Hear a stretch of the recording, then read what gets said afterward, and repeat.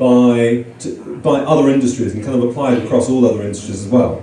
So you've got the idea of design and kind of really fantastic photography, but you've also got brand and you've got marketing and you've got advertising as well. And then you've got software, you've got cyber security, the sort of people who are stopping our bank accounts from being hacked, and then you've got the visualization of data too.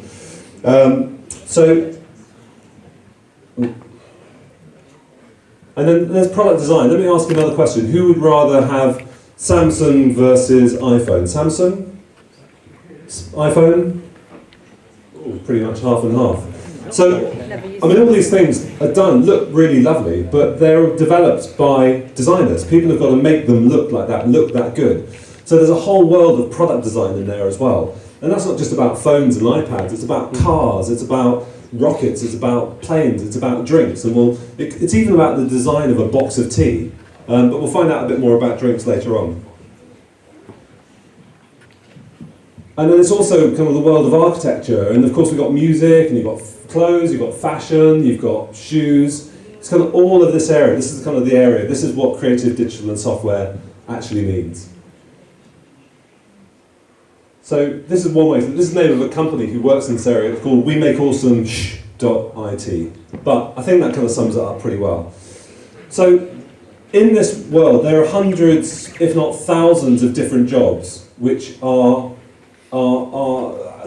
across a whole load of different worlds. So I'm going to talk about those in more depth today. I'll just start with me.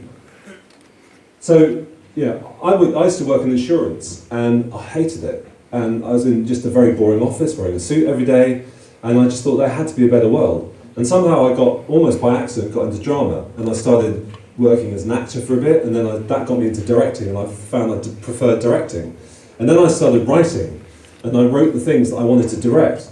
And then from having done that, then I had a kind of glimpse of everything, and I thought I could become a producer, because I kind of know a bit about everything, and I'm the person that pulls all this stuff together.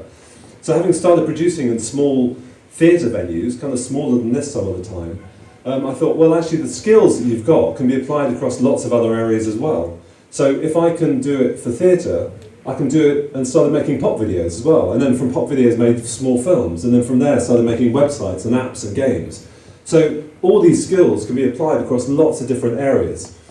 And what's interesting about that is it, in terms of the skills that I needed to do that, I mean, I needed to get qualifications from school. I needed the basic qualifications that I could get. But really it was just about having ideas, and it was about having the belief just to push through and make them happen. And actually that was the key skill. And what was brilliant about this world of creative and digital was I found people were prepared to pay me to do them. So it's kind of an interesting area, and there's money to be made at the same time.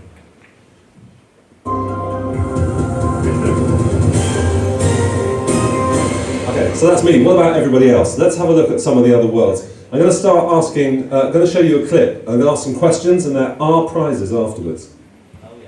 Oh yeah, not great prizes, but they're little prizes.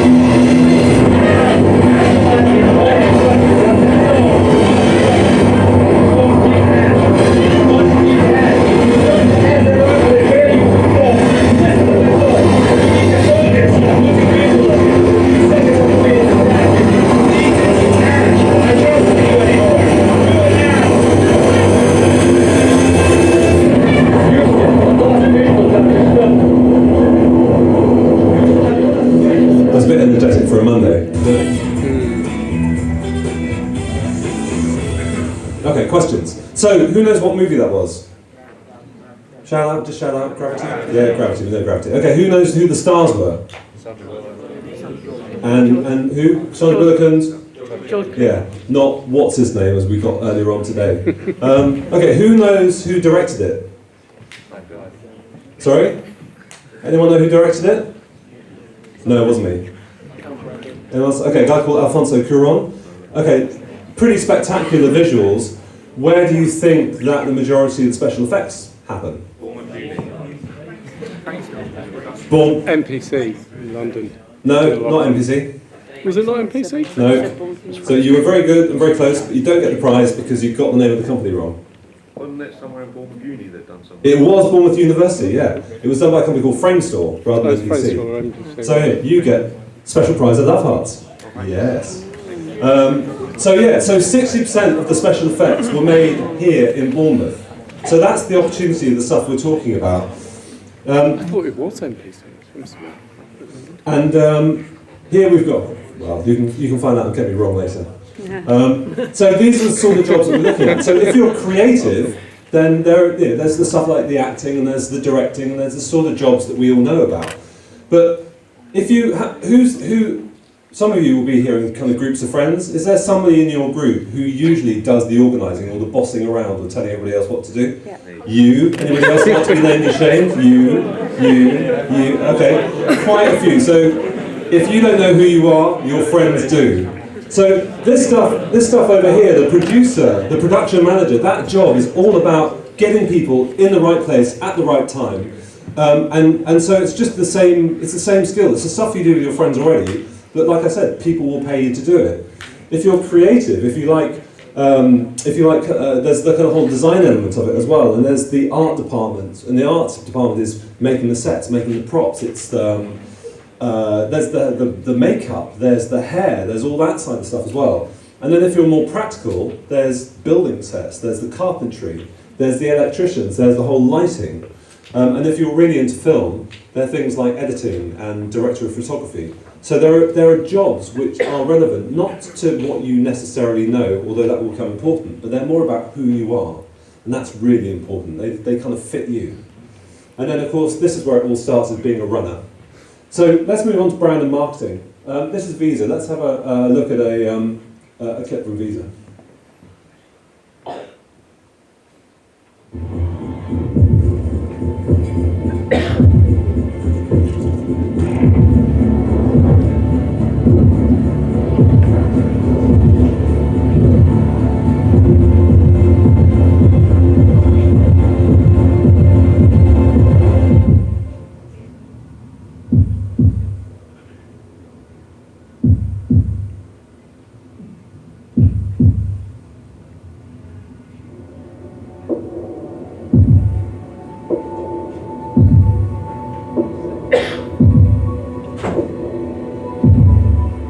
So there you are, Visa. Visa wants to kind of associate itself with the Olympics and raise a lot of money for that.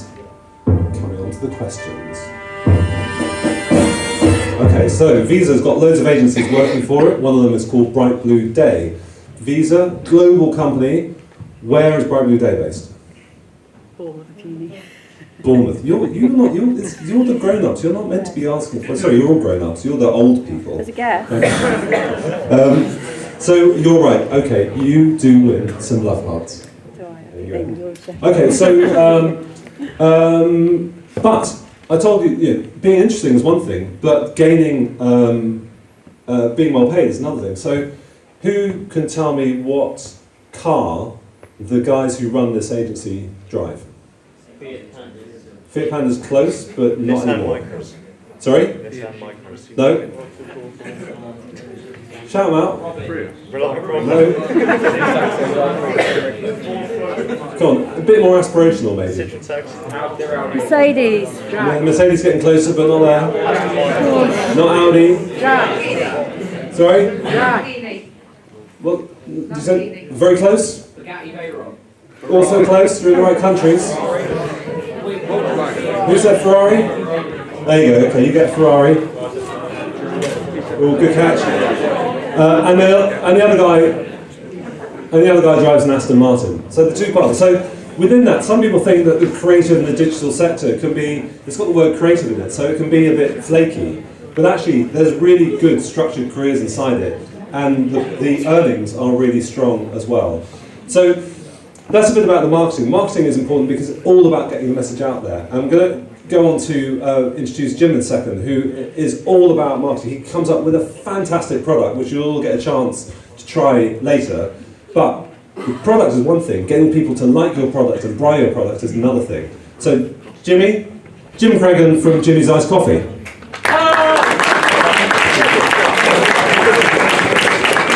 Thank you so much. How is everyone doing today? It's Friday! It's Monday. Right, so I'm Jim, and I started an iced coffee company about 5 years ago. Has anyone had our iced coffee before? Okay, right, some of you have, some of you haven't. Someone doesn't like it, that's cool, no problem. This is our story. I grew up in Dubai, which was mega. It was really hot. I was there for 18 years and just had the sunshine every day. And when I came back to England when I was 18, it was cloudy and raining, and I was like, what's this wet thing coming down on my face? It's a bit strange.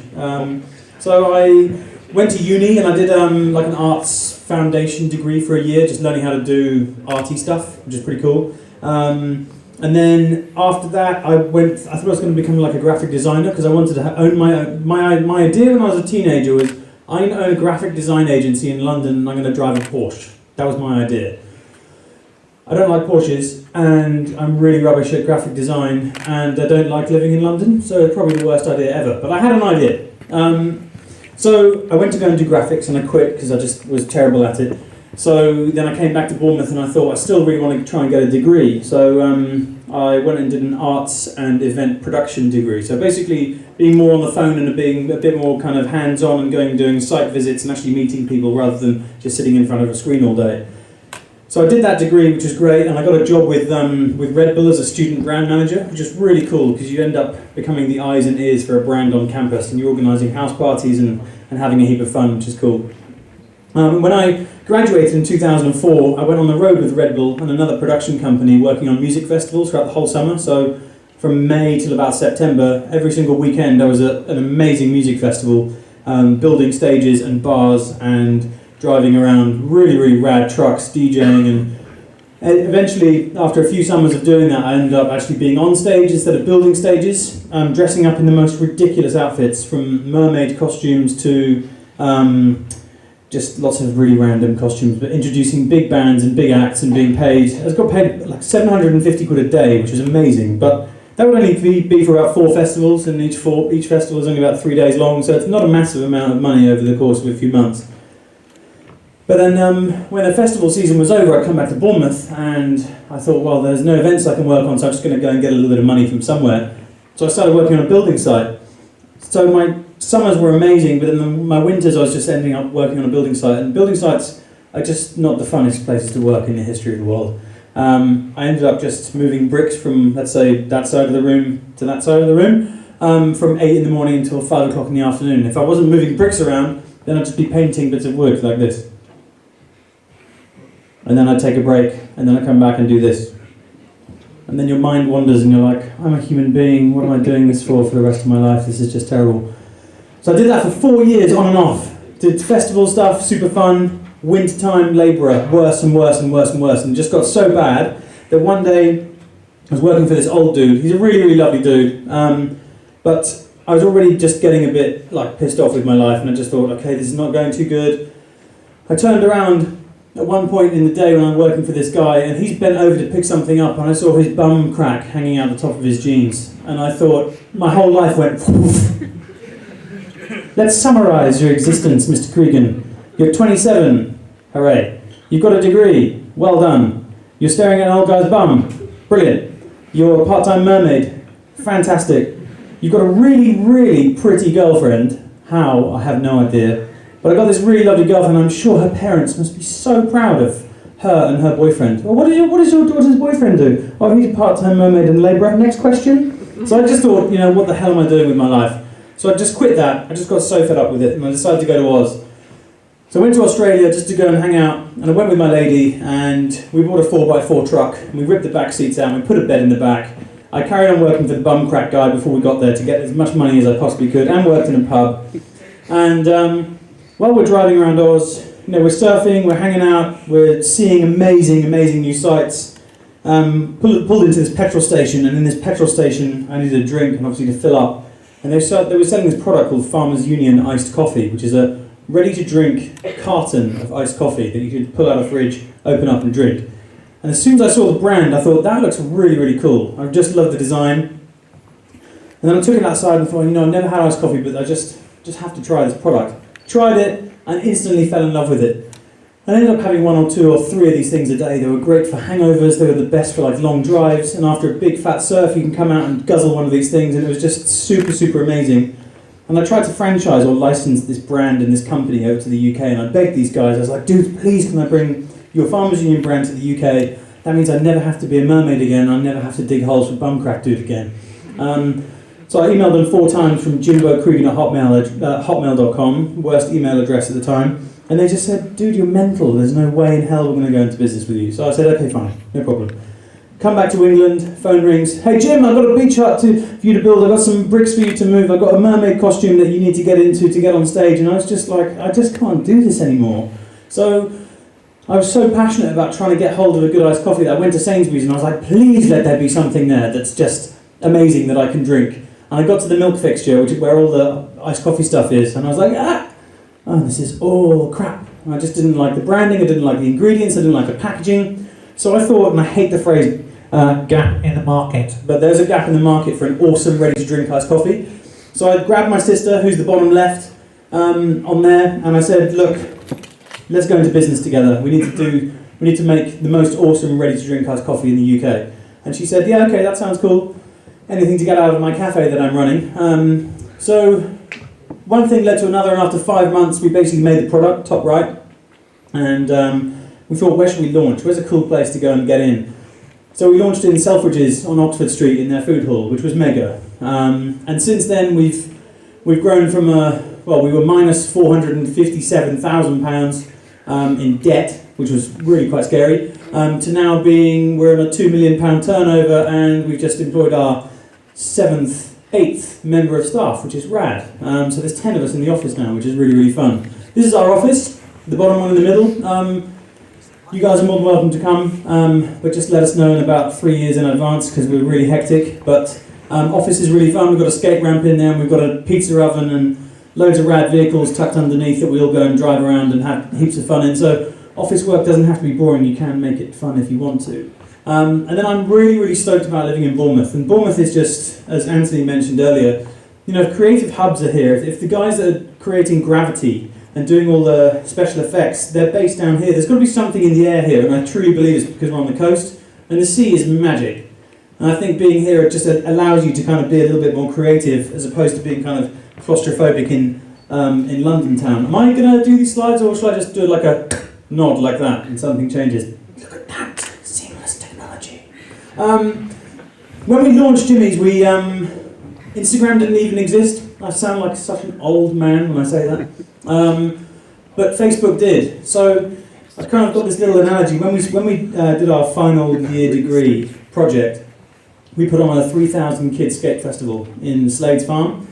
And the only way for people to hear about that was by giving out leaflets and talking about it and putting up posters in the street. But now if you want to tell someone about an event, you just create a Facebook page. And you can get really, really kind of fruity and creative with how you want to expose or talk about your event or your product or your service. So when we launched, we had no money. We had less than no money. So we thought, well, let's talk to people on Facebook. So we started talking to people and saying, look, this is our journey. We're not talking about hurry while stocks last, because we're not that kind of brand. We're a brand that is essentially just a business, and we're on a journey doing fun stuff. And if you want to be part of it, that's great. Even if you don't like our iced coffee, but you like what we're doing and our ethos, then come and join us. And if you do like our iced coffee, then that's a bonus, because then we get paid and we can make the big business bigger and better. Other social networks, you know, we're on pretty much all of these. YouTube is just an amazing one. I'm going to talk about that a little bit in the future, but when we started this business, it's really daunting, because you kind of go, right, you could just stand in the middle of London and watch everyone spill out at 5 o'clock when they're finished work, and you're kind of like, well, how am I going to talk to all these people? How am I going to, I need to get someone like Rihanna or a big brand ambassador to pump my brand, but they're going to cost millions of dollars.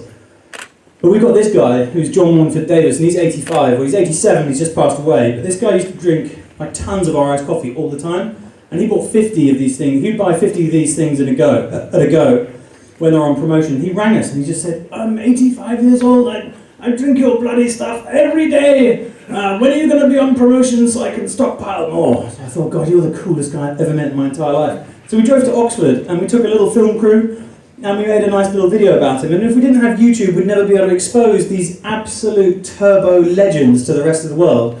Granted, only a few thousand people have seen it, but that's a few thousand more people than anyone else that would have seen it had we not had the benefits of things like YouTube. On the right, it's super rad. Sorry, I'd stay there. Twitter's just amazing because we can have conversations with people like instantly. If someone tweets us today and goes, Jim, that talk was rubbish, I can go back and say, thank you so much, I love it. Or if they say, I really, really love your product, and we can go, dude, that's great. If you need any more and you're stuck or you're lost or whatever, we can try and help you find some more. So I can go on to the next slide again, I'm sorry about that. So everything we do, like, I'm not anti-online, because obviously everything is online, but I like doing stuff offline and then talking about it online. There's a big thing about making sure that you spend time in your day to go outside and do stuff and breathe fresh air, climb a tree, fall out of it, break your arm, go to the beach, nearly drown, stuff like that, where you actually feel alive. Make sure you do that on a daily basis. We also have the RNLI in the house who can help out if you do get into a spot of bother in the ocean. Next slide, please. So just going into our business, you've got to have a website. So I can't do back-end stuff. I'm not a Java dude. I'm not a HTML script writing person. But I do have an idea of what our site needs to look like. So we employ an amazing in-house designer who actually comes up with the front-end stuff, and then the back-end guys kind of weave it all together with WordPress and all these other things. That's about as much as I know. Next slide, please. At the end of this talk, you'll see like a minute-long snippet of a rap track that we made. We made a hip-hop music video because we think it sums up what we do quite well. It's kind of tongue-in-cheek. It's like 90s classic Will Smith kind of summertime vibes, which we like, and it's really breezy and easy, nice rhyming there. But without these dudes and without something like YouTube, we would never have made this video ever, because we would have thought, right, let's make this video. The only place we can showcase it is on like Channel 4, and Channel 4 costs, there'll be hundreds of thousands of pounds to get an advert up there, and then you start thinking, I don't have £100,000, so why are we making this video in the first place? YouTube comes along and goes, hey, if you make the video, you can put it up on our YouTube channel and you might get 1,019,000 hits, which is what we're on so far, which is just insane. I only wanted 100,000, but we managed to get 1 million. So that's cool. We're earning about £2 a year on that so far, which is great. So just to give you an idea of the types of work you can get into, all because of digital, there's heaps. So if you guys, is anyone here into film and like making movies and sound and engineering and just like fun stuff? Hopefully everyone's into fun, because this was one of the funnest things I've ever done in my entire life. So you've got people who are runners, who are basically helping people do stuff. You've got the extras who are actors actually in the rap video itself. You've got the director and you've got the assistant director. You've got the money guy, Steve, our finance guy. You need spreadsheets to make these things work. And I hate spreadsheets. They're the rankest thing on the planet, but you need them. I'm not going to do them, someone else can do them. Then you've got the designers who are doing all the logo layouts and everything while the track is going on. You have the company, you have the agency owner, the guy who actually owns the agency and is G'ing up everyone within the kind of build-up and the production of this raps to keep everyone going and going and going. You have the creative teams who actually write the lyrics for the songs. Then you've got the drone guy who's operating the drone. Still can't remember what AM was. Grip is the dude that fixes and mounts the cameras to the front of the van. There's just tons of stuff. And this is at the end, this is outside Urban Reef at Boscombe. And we all had a pint and we'd done pretty much like 48 hours back-to-back, non-stop work, but we created a banging track and we were super, super happy with it. And as you can see, we're all pretty tired, sun-kissed and smiling, which is pretty much how we want to be every single day of our lives. Yeah, it's rad. Next slide, please. Sorry, it says you chew as well. Merchandise. So if you wanted to set up a clothing company, great idea. But you might not have enough money to set up a store in Liverpool and Manchester and London and one in Bournemouth. But what you can do is set up the most insane online store. So you don't have to put money into bricks and mortar, you can just go and do an online store. So that's what we've done with our stuff. So we make loads of clothes and we make t-shirts and random bits and pieces for you to buy, but we've all got it online. We might make a flagship store one day, but we don't have to. And this is the beauty of digital. You've got merchandising online, you've got how you're going to launch products. You're going to use social media to tell people that one of your new t-shirts have just dropped, or the inventories, how are they working? That's all on computer, all the systems in place, all the designs, everything is just ridiculous. Can we go, I think one more. Yeah, so business future, just little things like top left, we're going to export, so we want to go to another country. Japan is the biggest iced coffee drinking country in the entire world, drinking £92 per head per year, and England does something like 50p. So there's a lot of iced coffee drinking over there. So if we wanted to go over there and join the iced coffee party, we'd have to set up a social media strategy in Japan. Does anyone know what the word rad is in Japanese? No one. Okay, so that's something we're going to need to find out, because as we convert and go to new countries, we're going to have to find out what all these different words mean. Merchandise we're going to carry on doing, so that's going to take a lot more design work. The NPD stuff, which is creating new product development, so our gingerbread that we're going to bring out, that's going to need a launch strategy and everything like that for online. And then finally for distribution, we're not in the co-op yet, so if we want to get in the co-op, if they say yes to listing us, then we've got to find out who their customers are, and by finding out who their customers are, we can actually send them to store to let them know that we're in there. So it's researching demographics. What's the current age group that go into the co-op in Bournemouth? Is it university students? Is it bankers? Is it these kind of people? And the only way you can do that is through online stuff, and then you start creating really, really rad little campaigns about these audiences to drive them into store to get your rate of sale up, and then you make money, and then you can continue doing what you love doing. And that's basically it. I'm going to leave you with a wrap. I hope you like it. And when this is all over, there's a ton of iced coffee outside, and I hope you can enjoy one, and thanks very much for listening. Cheers, guys.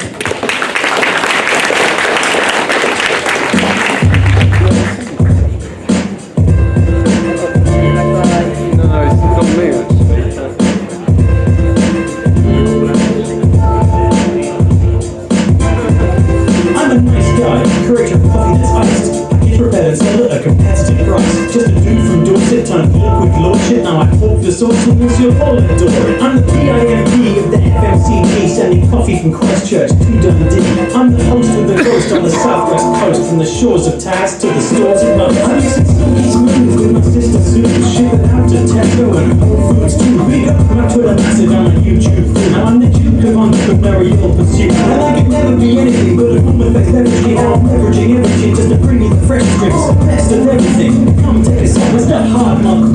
Just keep it chin up, keep it chin up, keep it chin up, keep it chin up, keep it chin up. Means fits in the cup holder. This flow's colder than ice cube, but much colder. Refreshing, resealable, convenient and rad. There's only 4 ingredients and none of them are bad. I'm talking simply awesome and refreshing range. I'm talking 159, I'm talking pocket change. British brand with a plan to get the drink in the hand of every woman, every man, an optimist in the land. Taking a stand against every bland can soft drink, racing the shores of every chill beverage store. If things get rocky, man, don't come unstuck. Just sit back, kick back, and keep your chin up. Keep your chin up.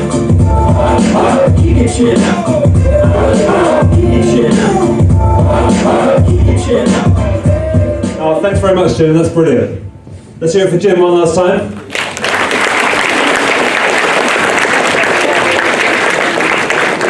So we met Mike earlier on. Well, most of us met Mike. We had a bit of a kind of games playing session for the guys who came in later on. So this is one of Mike's games.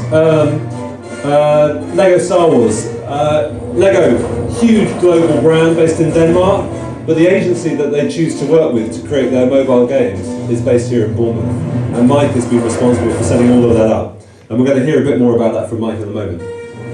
So here we go. This is some of the world of games. There's a lot of programming side, but again, there's also the need for the product, the designers, the compositors, there's the 3D graphics, there's the project managers, the people who put it all together. But here to tell you a whole lot more about it, Mike Hawkyard. Come on up, Mike.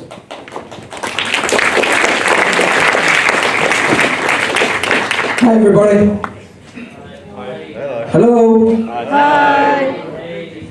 So the people who are just come in and are sat in the middle, what you don't know is your team won earlier. So massive respect to the middle team here. So I'm Mike. I work for a company called Amuso, based in Bournemouth. I came down here to go to university. I didn't know I wanted to go to university, so I was sent to go and have a look at the prospectuses. I started with A, and Aberdeen looked cold. Bournemouth had some lovely pictures of the beach, so I've no idea what university begins with C, because I picked Bournemouth. And from Manchester to Bournemouth, that's how I came down here. And then when I got down here, it was lovely sunny weather, and I thought, this is fantastic, I want to stay. So I had to do that thing where you get a job. And I didn't really know what I wanted to do then either, so I just made the best of it. I got a job doing e-learning, CD-ROM based, and then came across these website things. And we didn't really know what websites were back then. So the company I worked for challenged me to make their website. So you couldn't even Google it back then, I had to go and ask some questions. We did it, and I said to them, this is wicked. We should go and create a website company. They kind of looked at me like I was mad, and made me redundant. But they did give me 3 months worth of work to crack on with, and said, oh, by the way, can you keep our website maintained? And very quickly, because no one really knew what these website things were, we had somehow managed to blag Poole Borough Council's website. So there's 3 of us running the local council's website, basically going, hey, this is great, so hire some more people.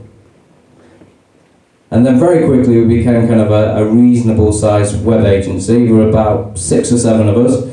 And we decided we wanted to get Coca-Cola as a client, as you do. So does anyone know can anyone take a guess how we got Coca-Cola as a client? What amazing skills 8 people in Bournemouth did to get them as a client? So shout out some ideas. You found them out. Blackmail, we actually tried that. We tried that with the Oceanarium. We said we're going to hold all your fish to ransom. So we've done that in the past, yeah? Any other ideas? We begged, kind of begged. We flyed their car park. As you do. So every single one of their staff in their car park, we sneaked in over the wall and we put adverts for our company on every single one of their cars. We got in trouble for it, and we got Coca-Cola as a client. So there's lesson number 1. You've got to do that little extra thing to get noticed, because everyone's pretty much got the same skills, so how are you going to make your skills shine? And when we're pitching for Lego work at the moment, there's only one thing that makes us look better than the Disney agencies or the Warner Brother agencies pitching for it at the same time, is we try harder. So rule number 1 in life, there is no magic bullet, there is no amazing solution, just try harder than the other person and you never know your luck. Second lesson, so my brother last week, bit bored of his job, wants a new job. Does anyone here work for the British cycling team? Good. So he goes, oh, I've got this opportunity to the British cycling team. I think it's going to be fantastic. I might get to run all their events. Isn't that amazing? And I went, yeah, great, you don't cycle. And he went, yeah, but I run. I went, okay, good luck with this. So he then emailed all his mates and said, I've got this job interview.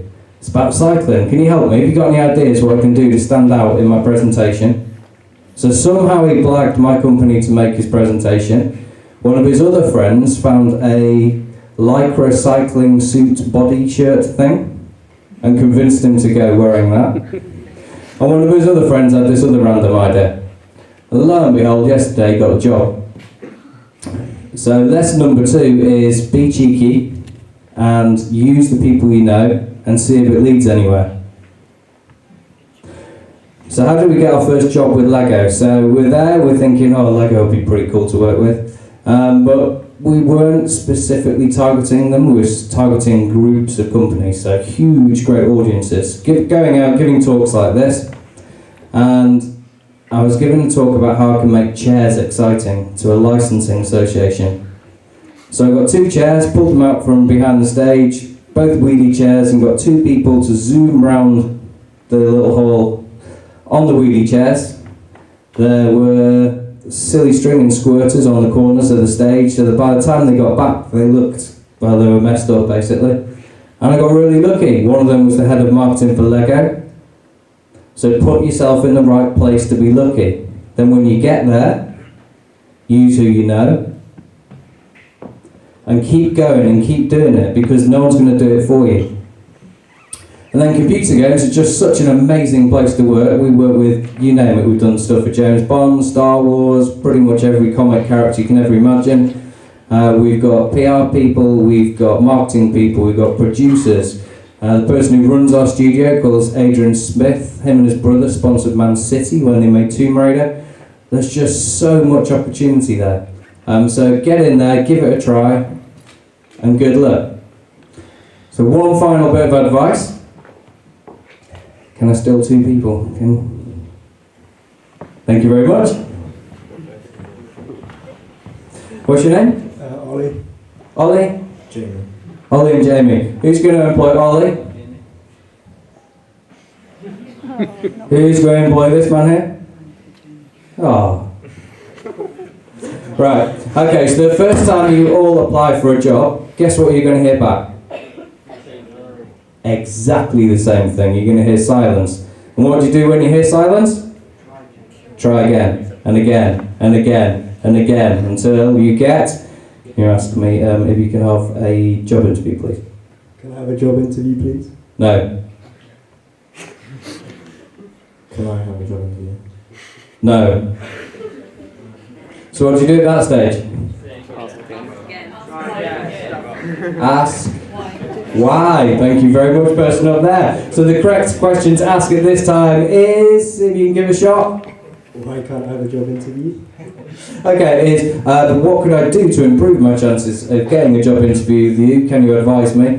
And lo and behold, turn me into the person who's now unwittingly become the person trying to get you the job interview in my company, because you've reversed it with me. So you've got to ask, what do I do to make my chances better? You've come from a recruitment agency. You've come direct. You've both got the same skills. You're twins. You're literally genetically perfectly matched. Who do I employ? Recruitment agency person or non-recruitment agency person? None. I hope we all said none then, yeah? 20% less wages. And this person had the initiative to find the company and ask direct. So don't leave it to other people either. Go out and find it yourself. And then you might be lucky enough to work in computer games or making fantastic coffee drinks or whatever you want. But whatever it is you need to do and want to do, go out and give it a go. Because the only thing you can do wrong is not try. Thank you very much. Oh, so there we go. Here's a fantastic way of opportunity. So this man's just turned around and immediately said, "Can I have a job interview?" What do you do? Web and games. You can have a job interview. Sarah, it's brilliant, thank you. Thanks very much, Mike. That's great. To swap the screens over again. One thing that you mentioned I thought was really interesting. Mike was talking about use who you know. So what we're going to be doing later in the year, come September, this is kind of the start of something which goes on for a much longer period. So in September we're going to be doing some networking events, some socials, get-togethers, get people who are interested in finding out more about this with other colleges, other schools from other parts of Bournemouth to come together and meet the people who are doing this already. So people like Mike, people who are employers, people who are working kind of earlier down in the scheme of things and finding out a bit more. So I'm going to show up. So I was saying earlier on about following us. That's the kind of reason. If you can start following us on some of the social media, and I'll get the details up later on. And the other thing that Jim was saying. Ooh. Hello, it's coming. Right, there we go. So the other thing which was interesting was Jim was talking about, oh, I don't want to do the accounts. But if you like maths, if you like doing maths, that's a brilliant opportunity because we really need people who like you. It's not all about being creative and amazing. It's about people who are practical. It's about people who do other stuff that quite often the heads of companies come from that creative background, but they rely on people who are okay kind of using Excel and stuff like that. So a lot of opportunities still. Right, so rather than going into details, look at music. Here's another industry. Anybody who can sing? Anybody who would feel comfortable singing in front of somebody else without it being too embarrassing? Was that kind of hand up there? Not now, obviously. But yeah, you've got a great voice. Unfortunately for the rest of us, we're rubbish. We can't sing. Anyone play an instrument? Little bit, few people play an instrument. So when you get kind of music, then you tend to think about it of being the people who sing, the people who play instruments, the people who can actually do it. But actually behind that, there are all these people to make it work. So when you look at if you listen to a download a track, it's got to be recorded. And so that's the recording engineer and the sound engineer and the sound designers. So all those people have got to be moving all the knobs up and down. That's a job there. You've got the people who make it all happen, the producers who bring people together in the first place. A&R is a fantastic job. It's basically going around from one club to another club, listening to bands and getting free drinks. That's quite a nice thing to look into too. And then you've got promotion, marketing. Marketing is absolutely essential because music can be brilliant, but if you can't hear it, if nobody knows it exists, if they can't buy into your look, then nobody is really going to give you, buy the stuff in the first place. So marketing is important, not just for music, but for all the stuff we're doing. So one area which is important is marketing in the next company we're going to talk to, if we can move on. So, who knows the RNLI, the lifeboats? Yeah? Okay. So they're based here in Poole. They're really important. For those of you who don't, let's just play a clip for a second.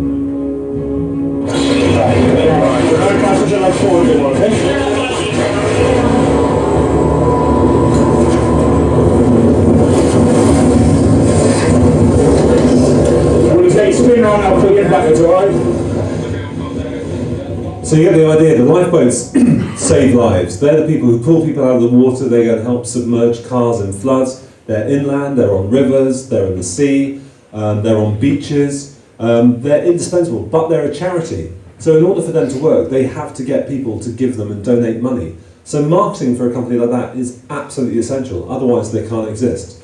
So we're really lucky to have Megan here. Megan's just started in the marketing department. He's going to come and tell us about how you start working in this world. Let's hear it from Megan.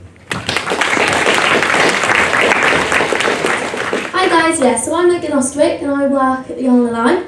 I started my apprenticeship with them 9 months ago, and before that I've been working in the motor trade, so I'm probably quite similar age to the rest of you guys. I'm 20, so I left school when I was 16 and I didn't really want to go down the A-level or university route. I didn't really have the option because I didn't have enough GCSEs. So I thought, what should I do? And what I was interested in cars and the motor trade, so I basically just went knocking on loads of different car dealership doors locally in Poole and Bournemouth, and I just said, please let me work for you guys, I'll do whatever, I'll pick weeds out the floor, I'll clean cars, I'll do whatever, I just needed to get in the door in the first place. So by doing that, out of probably 15 that are in Poole and Bournemouth, one of them got back to me and said, yeah, you can come in and we'll speak to you. So I went in the next week and I spoke to them, and they offered me 2 weeks work experience with them. And after that, they said you can have a job. They weren't really sure what the job was going to be. I didn't know really what the job was going to be, but I just said yes because I needed it and I needed the experience. And from doing that, 1.5 years down the line, I was doing lots of different stuff from the sales process, administration, after sales, and just learning as much as I could about working in that industry. And I then got offered a job at Lexus, which is just down in Poole on West Key Road, where the RNLI is based. And I was doing customer relations management, lots of the same sort of stuff that I did beforehand, but it was good for me to do that in a different environment, completely different customer base. Volkswagen's from the first time you're buying a car to the last time you're buying the car, but Lexus is typically an older customer base. And I was always interested in marketing and PR, but I wasn't really sure how to get into that because I didn't have a degree and I didn't have the A-levels. So I saw the marketing apprenticeship pop up, literally typed in Google, marketing apprenticeships in Dorset, and there were 2 that I saw. So I applied for the RNLI one, but I had to do it a little bit differently because they said that you needed A-levels, BPC, and 5 GCSEs, which I had 3 GCSEs, I didn't even have maths and science, and I didn't have any A-levels. So I kept calling and emailing and going in and nagging, and then they just said, okay, we're going to give you an interview, otherwise you're never going to shut up.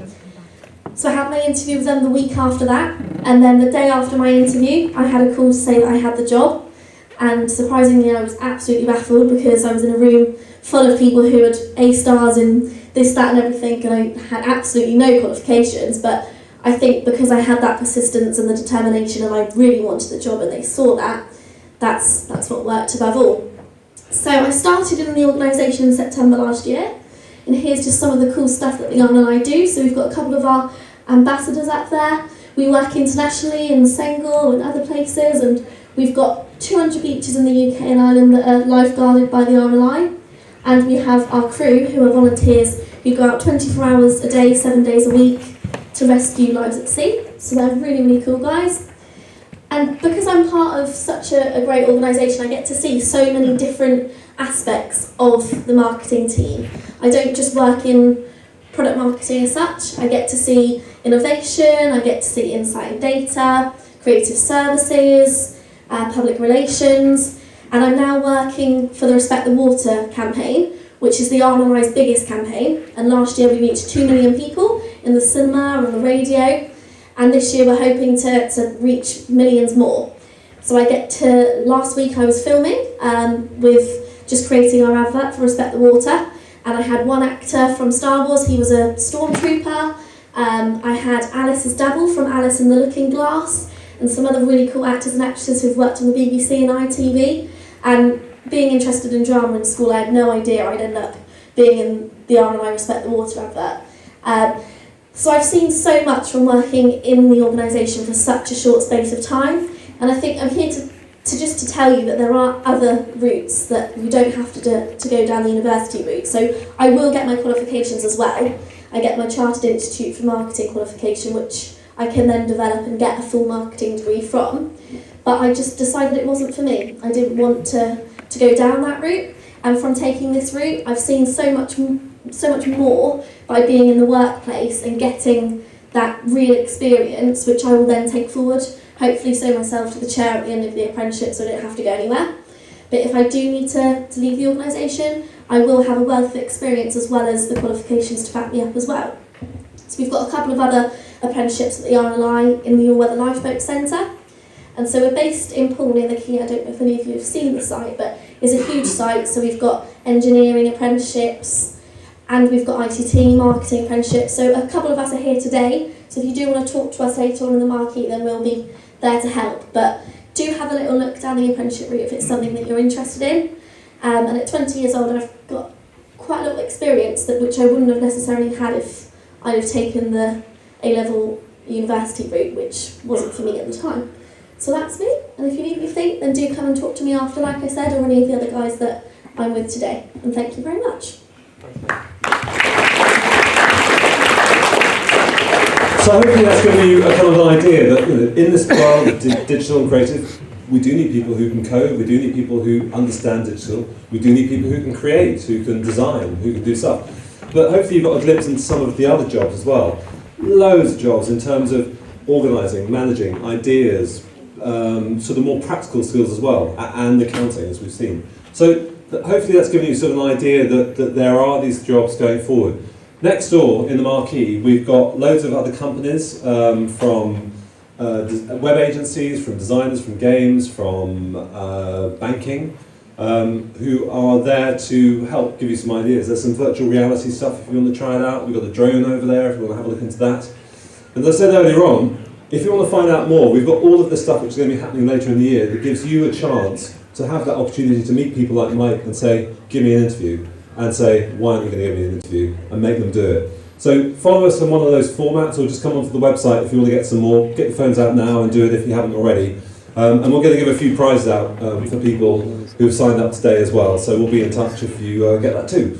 Thanks very much, thanks to all the speakers for today, and if you want to head up through there, you can come and meet all the guys in the marquee. Thank you.